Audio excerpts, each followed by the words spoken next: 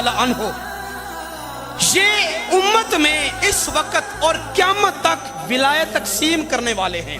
ये बात याद रखें, कोई वली तब तक वली नहीं बनेगा जब तक इनको अपना वली तस्लीम ना कर ले। क़यामत तक विलायत तकसीम करने की जिम्मेदारी इस वक्त पूरी रुए जमीन में हुजूर गौसे आज़म रज़ियल्लाहु ताला अन्हो की है। हुजूर गौसे पाक रज़ियल्लाहु ताला अन्हो, आपकी विलायत की एक झलक मैंने आपके सामने रखी, एक झलक और रखता हूं। बादशाह वक्त ने इंतजाम किया सरकार के महफिल मिलाद का, इंतजाम किया तो उसने बड़े बड़े वज़रा जो थे और उसके जो मशीर थे और जो ताल्लुक वास्ते वाले थे उनको पैगाम भेजा कि आज रात मैंने महफिल पाक का इनेकाद किया है, तुम तमाम हज़रात ने अपनी फैमिली समेत आना है और इस महफिल में जो है ना खिताब, खुसूसी किताब, वो हुजूर गौसे पाक का होगा।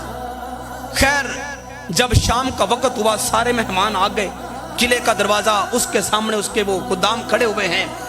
एक बुजुर्ग औरत उसके साथ उसकी बेटी है, गरीब है, वो भी अपनी झोंपड़ियों से निकली, कहा कि चलो आज जाके हम भी हुजूर गौसे पाक का बयान सुनते हैं। बड़ा विजदानी और उनका बयान होता है।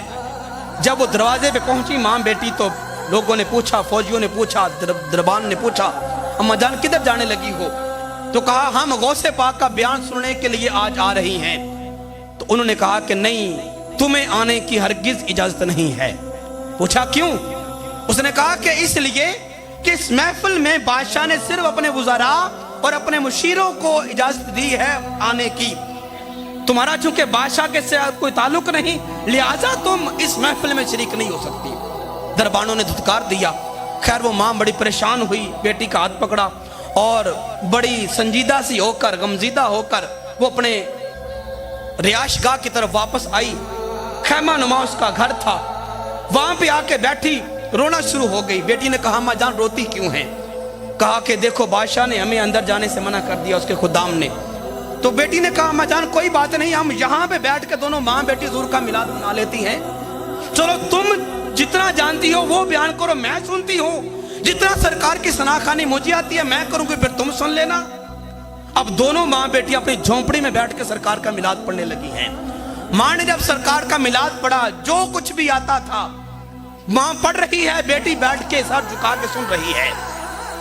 उसके बाद माँ ने कहा बेटी जरा झोंपड़ी से बाहर निकल के देखो तो सही, क्या मेरी बात को सिर्फ तुम ही सुन रही हो या कि कोई और बंदा भी बाहर बैठ के सुन रहा है?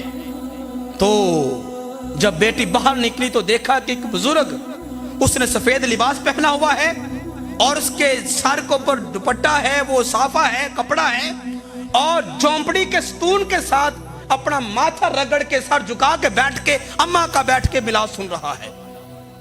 कहा अम्मा जान बाहर कोई बुजुर्ग बारिश है जो हमारा बैठ के मिलाद सुन रहा है। माँ ने कहा जरा जाके देखो तो सही कि ये कौन शख्स है।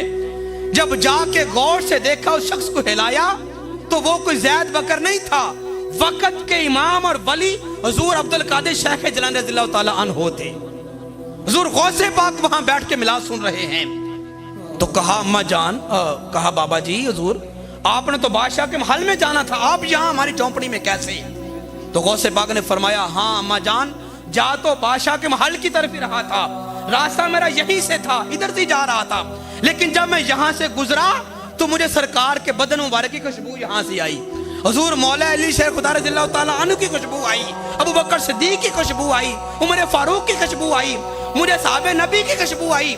जब मैंने निगाहे विलायत से देखा तो सरकार बमा साहब तुम्हारी झोंपड़ी के सामने बैठ कर तुम्हारा मिलाद सुन रहे थे। तो मैंने कहा जहां पे सरकार खुद मौजूद हैं, उनके साहब मौजूद हैं, तो मुझे भी उन्हीं की बारगाह में बैठ के मिलाद सुनना चाहिए, ना कि मुझे बादशाह के महल में जाके मिलाद बयान करना चाहिए। तो हुजूर गौसे पाक का ये आलम है विलायत के अंदर। जितने भी वक्त के वली हैं उनको विलायत का नूर हुजूर गौसे पाक की दहलीज से मिला है।